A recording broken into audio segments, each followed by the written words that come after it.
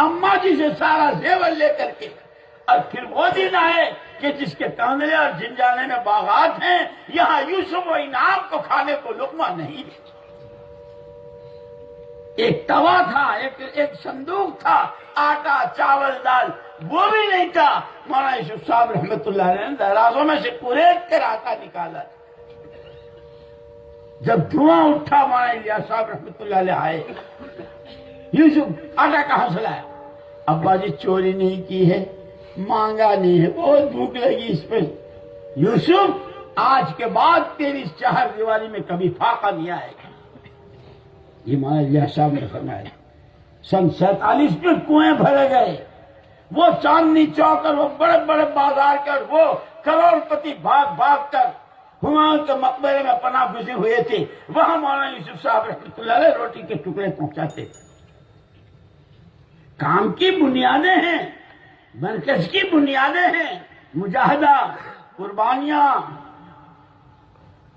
اور راتوں کے ایک میاسی نے مجھے بتایا، بہت پرانے تھے، ہم بیٹھے ہوئے تھے، کہنے لگے ایک دن میں نے دیکھا کہ مولانا یوسف صاحب رحمۃ اللہ علیہ نے اور مولانا الیاس صاحب رحمۃ اللہ علیہ سجدے میں تھے۔ انتظار ہی کرتا رہا، افسر اٹھا کہ پورا 1.5 گھنٹہ ہوا جو حضرت نے سر اٹھایا۔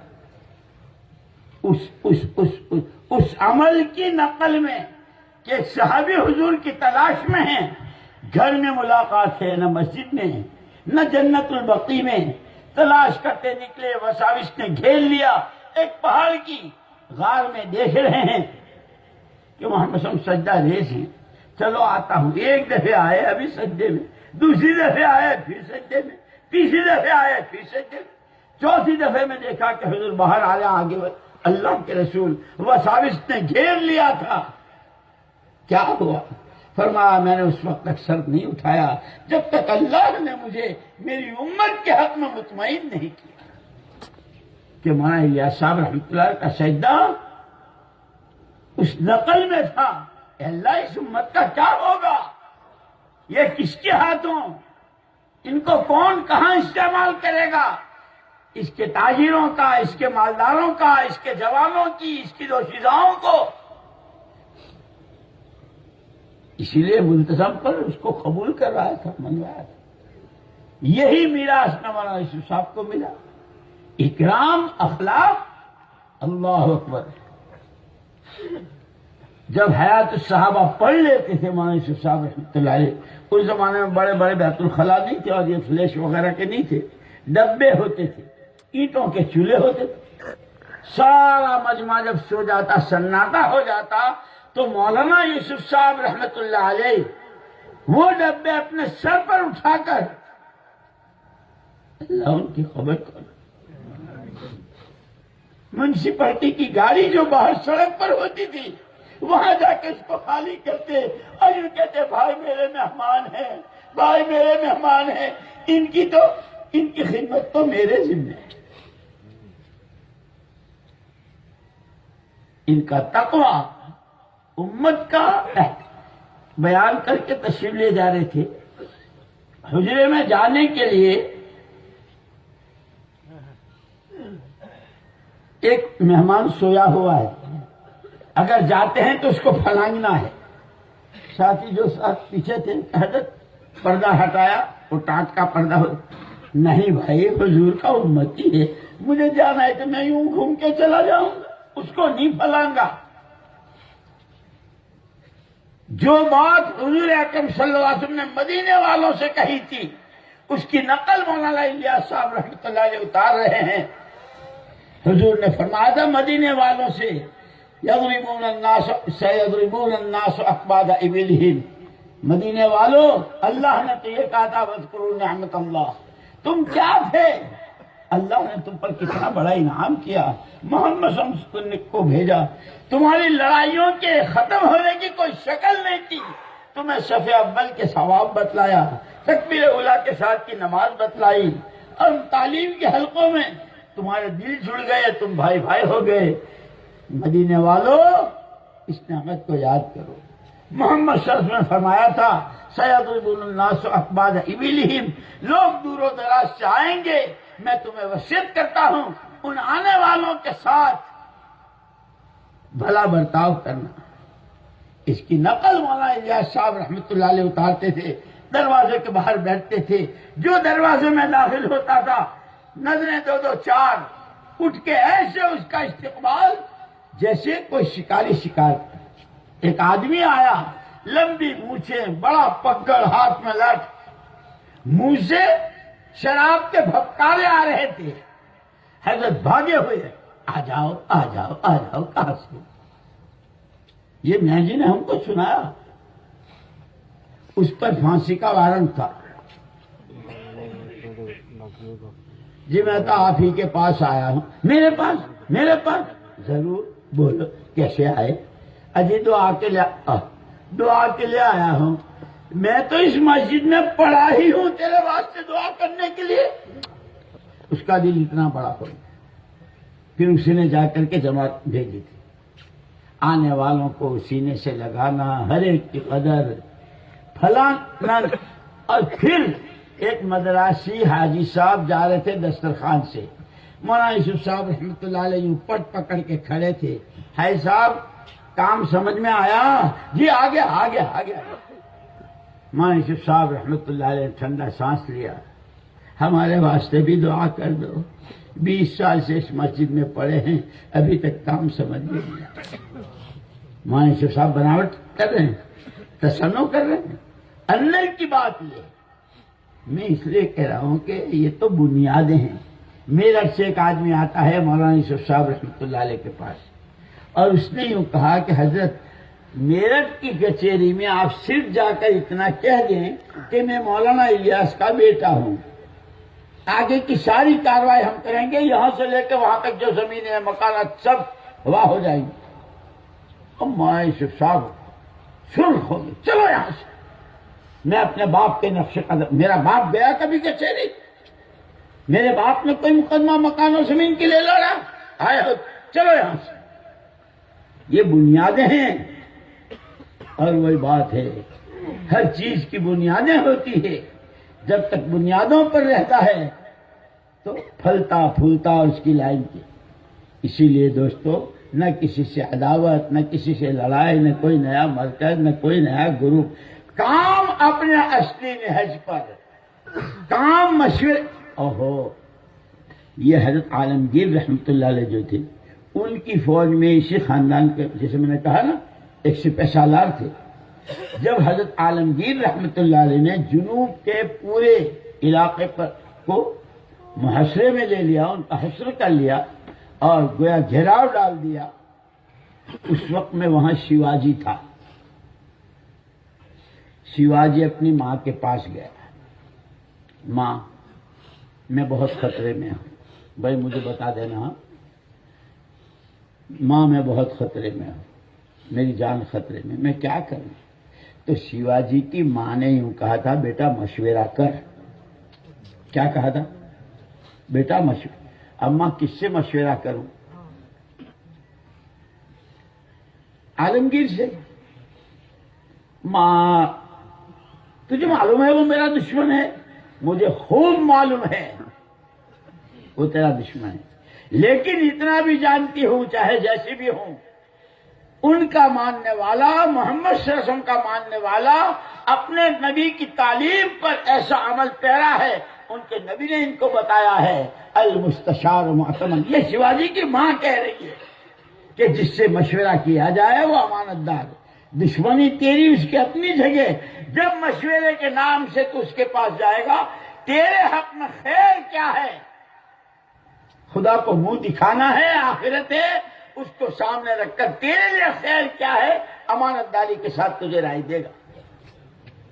یہ تو غیروں کے اس میں تھا کہ مشورہ کتنی اہمیت کی چیز ہے، اور مشورہ کس طرح، مشورہ کن سے لیا جائے۔ حضرت علی رضی اللہ عنہ سے تو یہاں تک فرمایا تھا حضور نے، انہوں نے پوچھا حضرت علی نے، اللہ کے رسول آپ کے بعد مسئلے تو آئیں گے امت کے، ہاں قرآن سنت، کتاب و سنت، اللہ کے رسول اس میں نہ ملے تو فرمایا کہ امت کے اچھے پرہیزگاروں اور دینداروں کو، اور اس وقت کے پرہیزگار اللہ ان سے مشورہ کریں، کسی ایک فرد پر مدار مت رکھنا، یہ حضور نے فرمایا تھا حضرت علی سے۔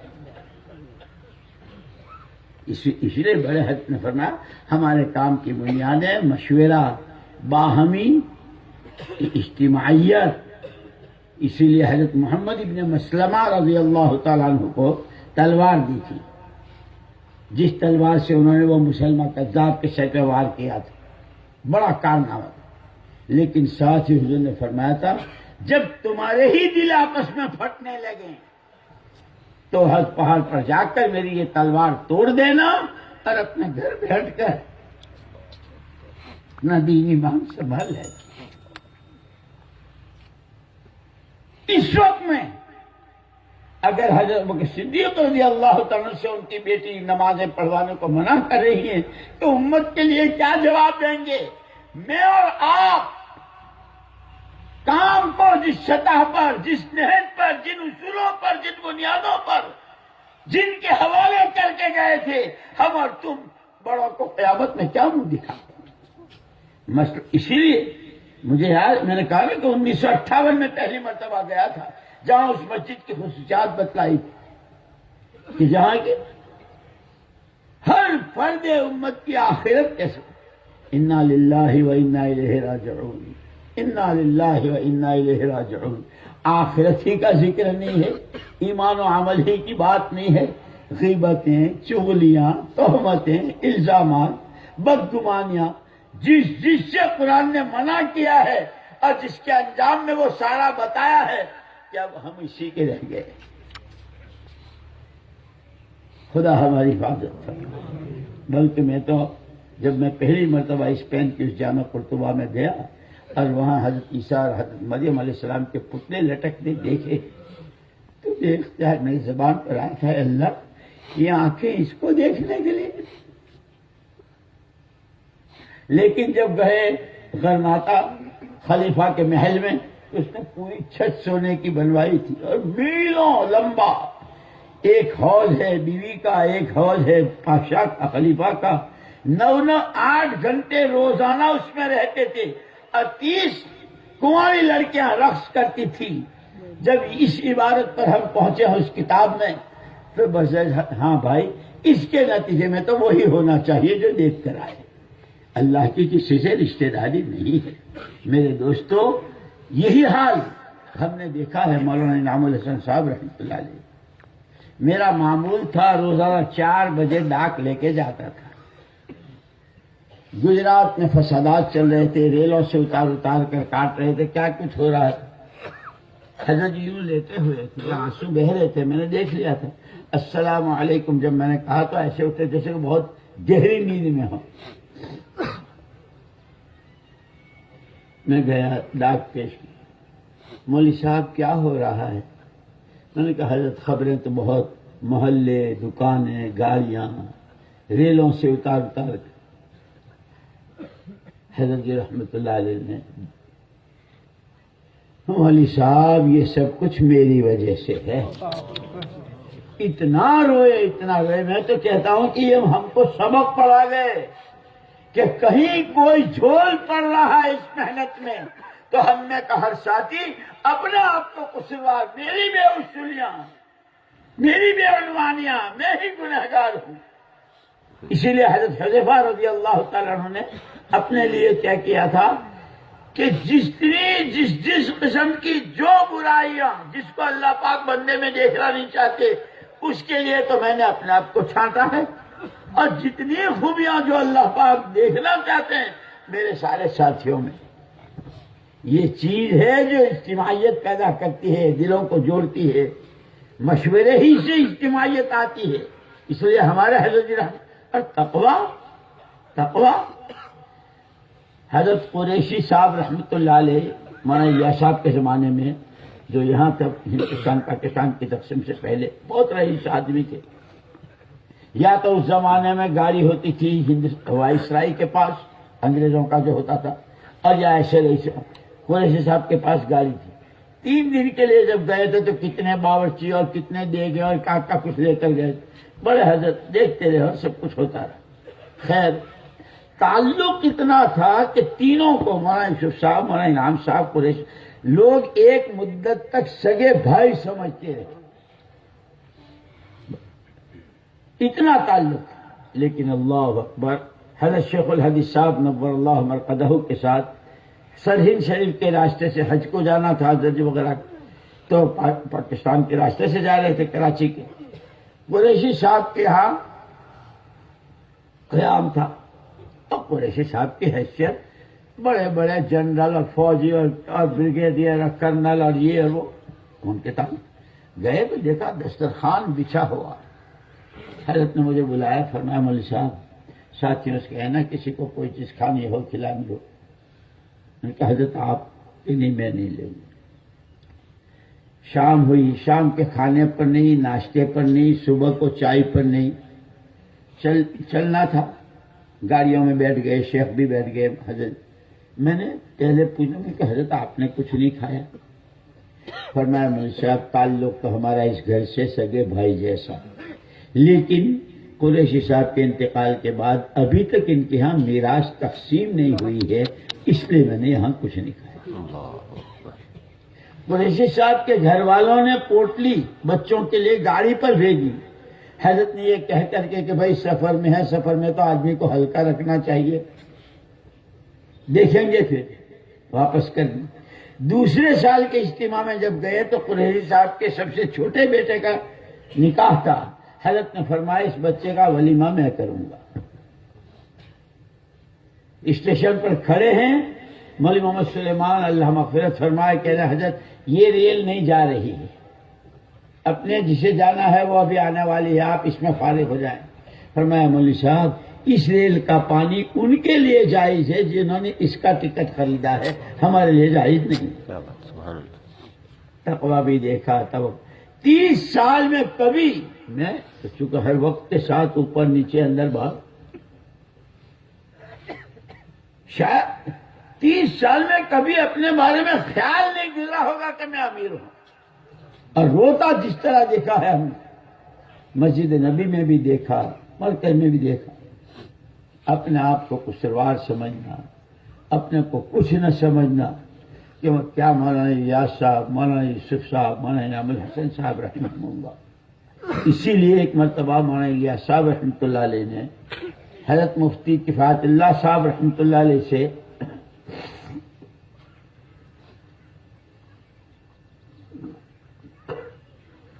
کہ اگر قرآن حدیث و سیرت سے میرا کام اصول نہج ہٹا ہوا ہے تو میں گمراہ ہوں، قرآن حدیث کے خلاف تو گمراہی ہی ہے۔ اس لیے ابھی میں وہ پڑھ رہا تھا مولانا حضرت شیخ الاسلام مولانا حسین احمد مدنی رحمۃ اللہ علیہ کے علمی ملفوظات۔